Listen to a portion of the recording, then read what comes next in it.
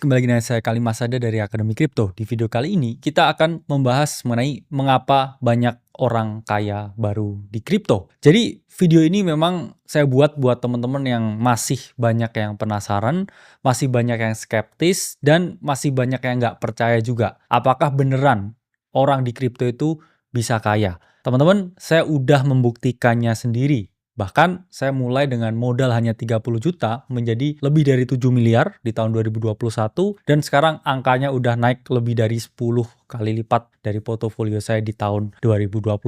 Jadi jawabannya iya. Saya sendiri orang yang berhasil kaya dari kripto bahkan dengan modal yang relatif kita bisa ngomong modalnya nol. Sebenarnya kenapa sih industri ini bisa mencetak banyak sekali miliarder baru? Bahkan kita nggak omong hanya miliarder, bahkan bilioner. Ya, bilioner itu adalah orang yang asetnya lebih dari 16 triliun rupiah. Banyak sekali kita ngomong bilioner-bilioner baru ini yang lahir di market kripto atau lahir dari market kripto. Kalau kita bedah secara objektif, bedah secara saintifik, mengapa sih sebenarnya banyak orang yang bisa kaya di sini? Saya tahu mungkin banyak teman-teman sekalian yang trauma dengan aset finansial, yang udah kapok karena banyak sekali bad actors yang ada di Indonesia, sehingga orang yang ngajarin apapun terkait dengan kripto, terkait dengan keuangan, terkait dengan saham, ini banyak yang skeptis. Ya, kita udah ngomong banyak sekali platform-platform yang memang terbukti merugikan kalian, para pelanggan, para nasabah, para user, para member, dan akhirnya orang yang menjelaskan tentang kripto itu malah banyak kena semprot, banyak kena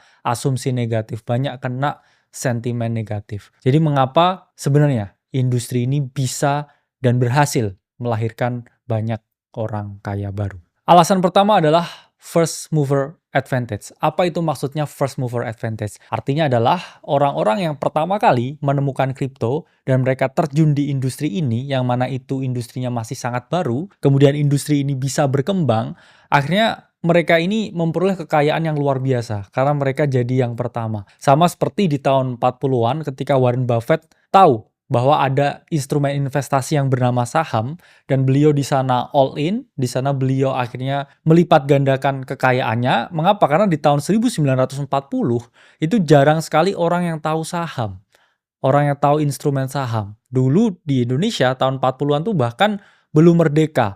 Orang taunya masih dijajah. Sementara beliau ini udah berinvestasi di aset tersebut. Jadi bayangkan ya kekayaannya seberapa gede karena first mover advantage tersebut. Dan beliau pun mengungkapkan melalui partnernya juga Charlie Munger, almarhum, bahwa kalau mereka di-challenge lagi sekarang, detik ini juga, dengan bahkan